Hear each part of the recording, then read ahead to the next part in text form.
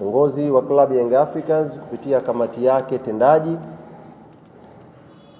umeiandikia bodi ya ligi kuu Tanzania ikihitaji ufafanuzi, tukihitaji maelezo juu ya mambo kadhaa ambayo tumeyaona kwenye taarifa hili ya uendeshaji au kamati ya saa 72. Yako mambo matano ambayo uongozi wa klabu ya Young Africans umeandikia bodi ya ligi kuu Tanzania tukihitaji maelezo, ufafanuzi, tafsiri na miongozo mbalimbali ambayo imetumika na kamati ya saa 72 kwenye kuhukumu baadhi ya mambo au baadhi ya mambo ambayo tuliona hayakutolewa maamuzi yoyote na kamati hiyo. Jambo la kwanza ambalo uongozi wa klabu ya Young Africans umeliandikia bodi ya ligi tukihitaji ufafanuzi ni kuhusu adhabu ya mchezaji Selemani Mwalimu.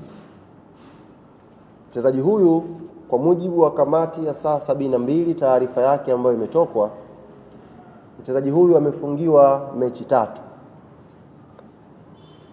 Mchezaji huyu amefungiwa mechi 3. Lakini sote sisi ni mashahidi, msimu huu wako wachezaji 5 ambao wamefanya makosa yanayofanana na mchezaji Selemani Mwalimu.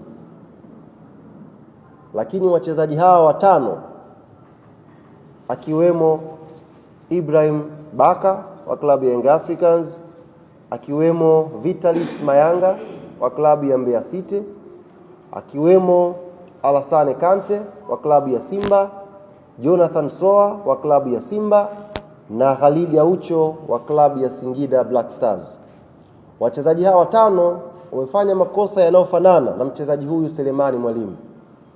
Lakini tumeona kamati ya saa 72 ikihukumu kwa kanuni tofauti juu ya adhabu za matukio yao.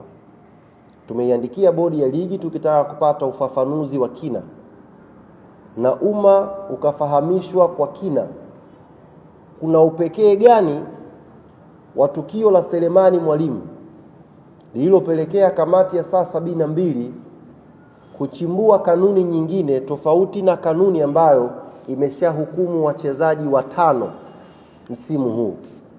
Wachezaji hao walifungiwa mechi 5 na nyinyi wote ni mashahidi. Lakini mmoja amefungiwa mechi 3. Klabu ya Young Africans tumeiandikia bodi ya ligi tukitaka kupata ufafanuzi juu ya jambo hilo. Na tunaamini ni taarifa ambayo sio sisi tu pekee tunahitaji, umma pia umepigwa na butwaa kwamba mchezaji fulani kafanya kosa fulani, lakini yeye amefungiwa mechi 3 na wachezaji wengine 5 waliofanya makosa yanayofanana wamefungiwa mechi 5. Huyu mechi 3, huyu mechi 5. Upekee hiyo sayansi ambayo imetumika hapo katikati tumetaka kupata ufafanuzi wake. Kwa nini wachezaji hawa 5 kanuni iliyochukuliwa ni nyingine, na kwa nini Selemani Mwalimu kanuni iliyochukuliwa ni nyingine?